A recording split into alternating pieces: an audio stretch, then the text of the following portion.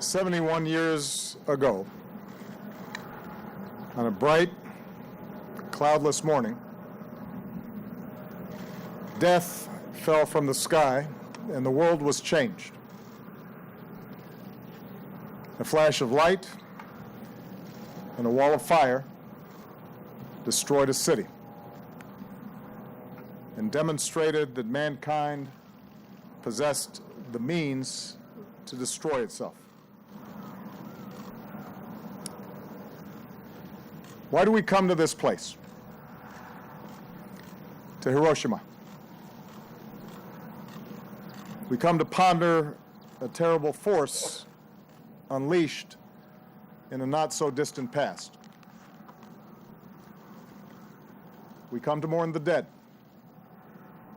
including over 100,000 Japanese men, women, and children. Thousands of Koreans,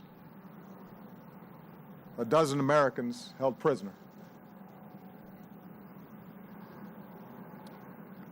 Their souls speak to us. They ask us to look inward, to take stock of who we are and what we might become. It is not the fact of war that sets Hiroshima apart. Artifacts tell us that violent conflict appeared with the very first man. Our early ancestors, having learned to make blades from flint and spears from wood, used these tools not just for hunting, but against their own kind. On every continent, the history of civilization is filled with war, whether driven by scarcity of grain or hunger for gold, compelled by nationalist fervor or religious zeal. Empires have risen and fallen. Peoples have been subjugated and liberated. And at each juncture, innocents have suffered a countless toll, their names forgotten by time. The world war that reached its brutal end in Hiroshima and Nagasaki was fought among the wealthiest and most powerful of nations. Their civilizations had given the world great cities and magnificent art. Their thinkers had advanced ideas of justice and harmony and truth. And yet, the war grew out of the same base instinct for domination or conquest that had caused conflicts among the simplest tribes. An old pattern amplified by new capabilities and without new constraints. In the span of a few years, some 60 million people would die. Men, women, children. No different than us. Shot, beaten, marched, bombed, jailed, starved, gassed to death. There are many sites around the world that chronicle this war. Memorials that tell stories of courage and heroism. Graves and empty camps that echo of unspeakable depravity. Yet in the image of a mushroom cloud that rose into these skies, we are most starkly reminded of humanity's core contradiction. How the very spark that marks us as a species, our thoughts, our imagination, our language, our tool making, our ability to set ourselves apart from nature and bend it to our will.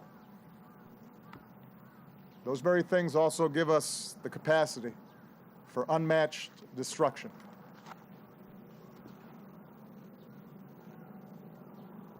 How often does material advancement or social innovation blind us to this truth? How easily we learn to justify violence in the name of some higher cause. Every great religion promises a pathway to love and peace and righteousness, and yet no religion has been spared from believers who have claimed their faith as a license to kill. Nations arise, telling a story that binds people together in sacrifice and cooperation, allowing for remarkable feats, but those same stories have so often been used to oppress and dehumanize those who are different. Science allows us to communicate across the seas and fly above the clouds, to cure disease and understand the cosmos, but those same discoveries can be turned into ever more efficient killing machines. The wars of the modern age teach us this truth. Hiroshima teaches this truth. Technological progress without an equivalent progress in human institutions can doom us. The scientific revolution that led to the splitting of an atom requires a moral revolution as well.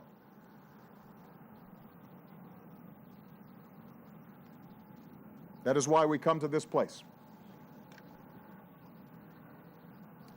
We stand here in the middle of this city and force ourselves to imagine the moment the bomb fell.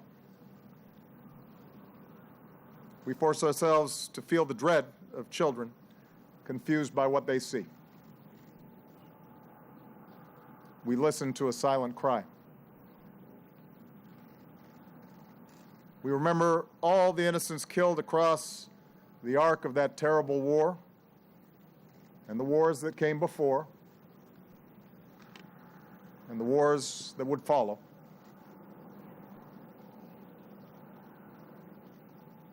Mere words cannot give voice to such suffering. But we have a shared responsibility to look directly into the eye of history and ask what we must do differently to curb such suffering again.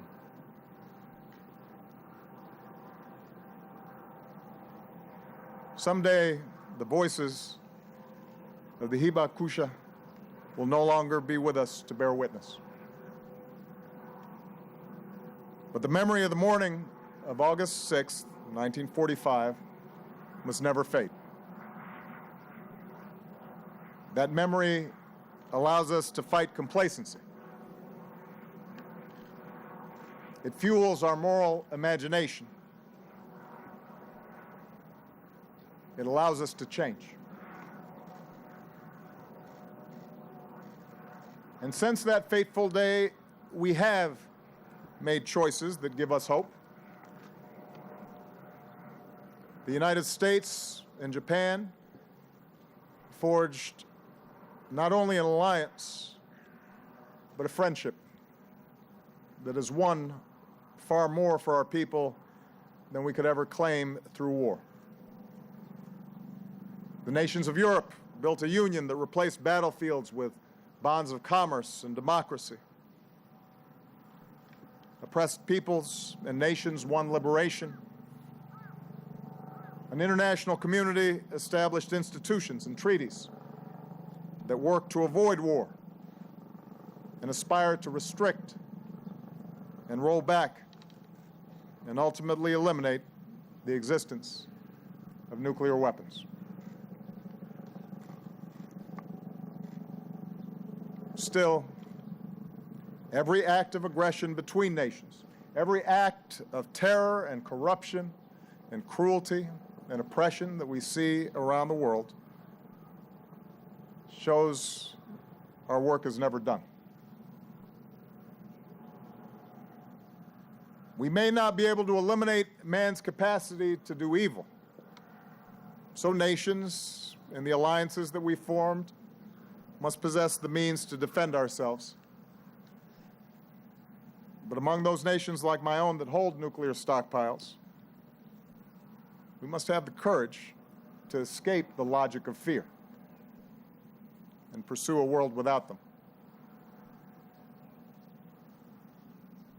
We may not realize this goal in my lifetime, but persistent effort can roll back the possibility of catastrophe. We can chart a course that leads to the destruction of these stockpiles. We can stop the spread to new nations and secure deadly materials from fanatics. And yet that is not enough. For we see around the world today how even the crudest rifles and barrel bombs can serve up violence on a terrible scale. We must change our mindset about war itself to prevent conflict through diplomacy and strive to end conflicts after they've begun. To see our growing interdependence as a cause for peaceful cooperation and not violent competition. To define our nations not by our capacity to destroy, but by what we build. And perhaps above all, we must reimagine our connection to one another as members of one human race. For this, too, is what makes our species unique. We're not bound by genetic code to repeat the mistakes of the past. We can learn. We can choose. We can tell our children a different story, one that describes a common humanity, one that makes war less likely and cruelty less easily accepted.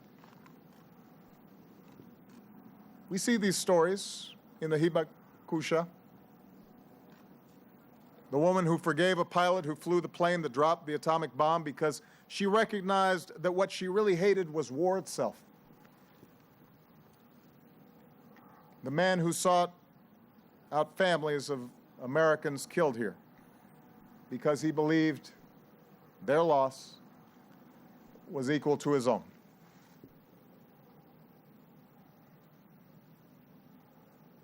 My own nation's story began with simple words. All men are created equal and endowed by our Creator with certain unalienable rights, including life, liberty, and the pursuit of happiness.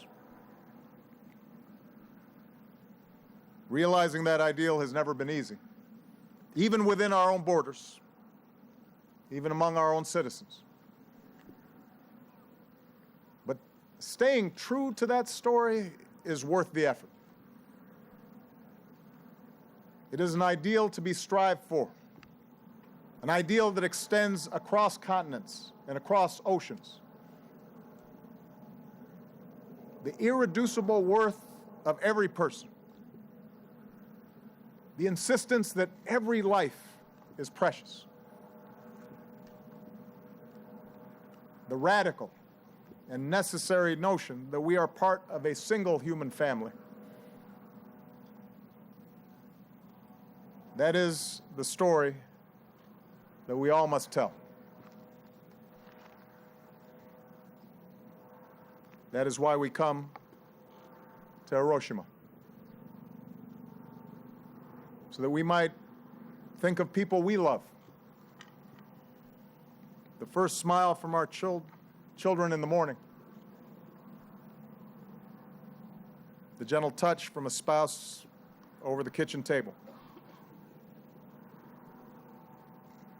the comforting embrace of a parent. We can think of those things and know that those same precious moments took place here 71 years ago. Those who died, they are like us.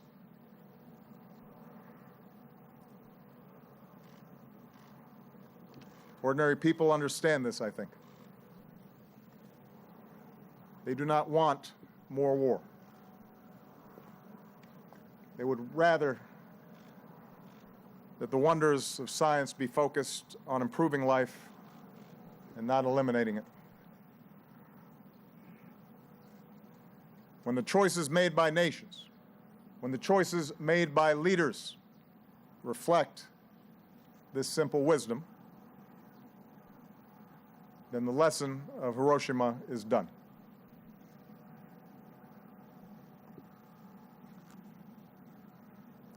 The world was forever changed here. But today, the children of this city will go through their day in peace. What a precious thing that is. It is worth protecting and then extending to every child.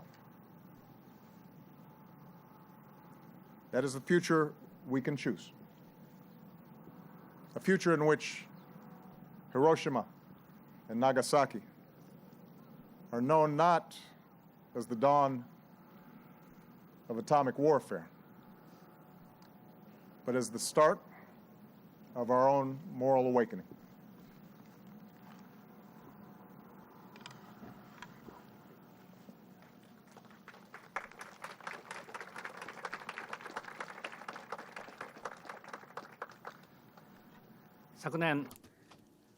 Last year, at the 70th anniversary of the end of war, I visited the United States and made a speech as Prime Minister of Japan at a joint meeting of the U.S. Congress. That war deprived many American youngsters of their dreams and futures. Reflecting upon such harsh history, I offered my eternal condolences to all the American souls that were lost during World War II. I expressed gratitude and respect for all the people in both Japan and the United States who have been committed to reconciliation for the past 70 years.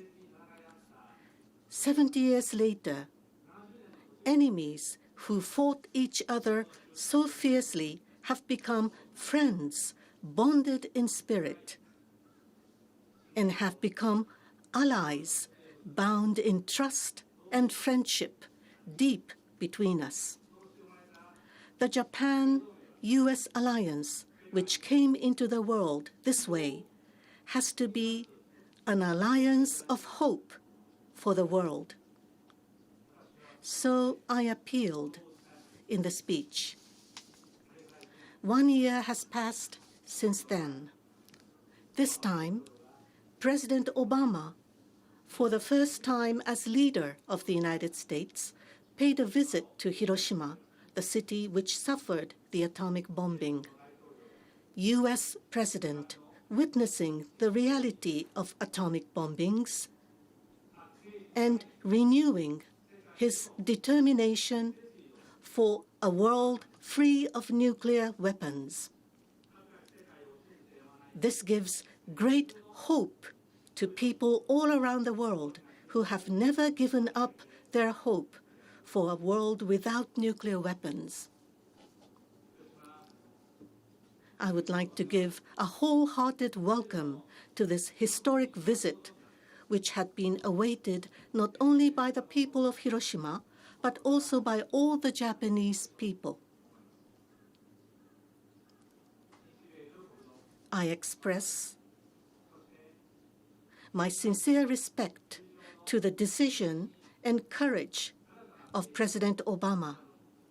With his decision and courage, we are opening a new chapter to the reconciliation of Japan and the United States, and in our history of trust and friendship. A few minutes ago, together, I and President Obama offered our deepest condolences for all those who lost their lives during World War II, and also by the atomic bombings. 71 years ago, in Hiroshima and in Nagasaki, a great number of innocent citizens' lives were cost by a single atomic bomb without mercy.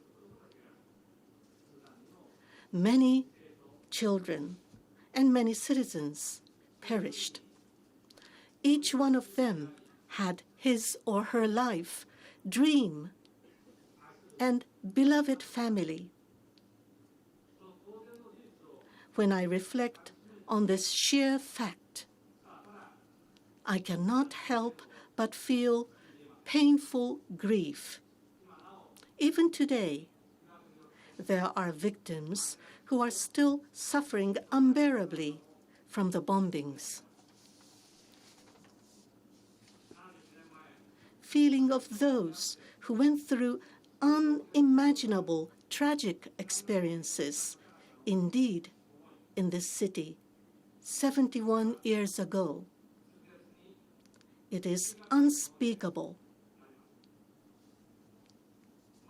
In their minds, various feelings must have come and gone, but of those, this must be in common. At any place in the world, this tragedy must not be repeated again.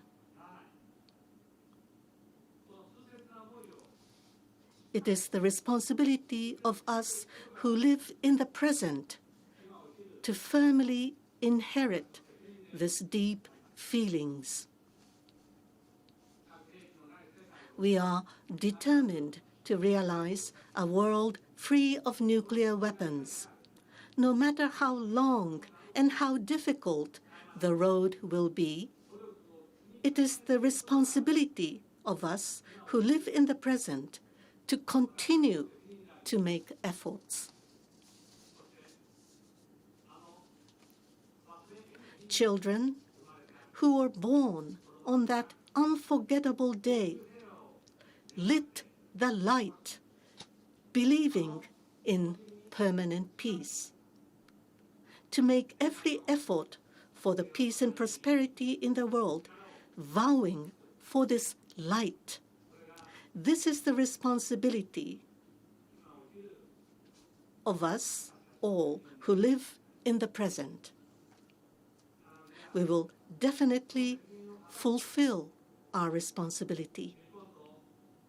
Together, Japan and the United States will become a light for hope for the people in the world.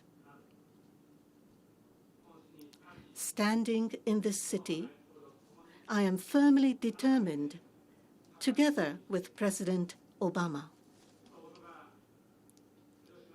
This is the only way to respond to the feelings of the countless spirits, victims of the atomic bombs in Hiroshima and Nagasaki.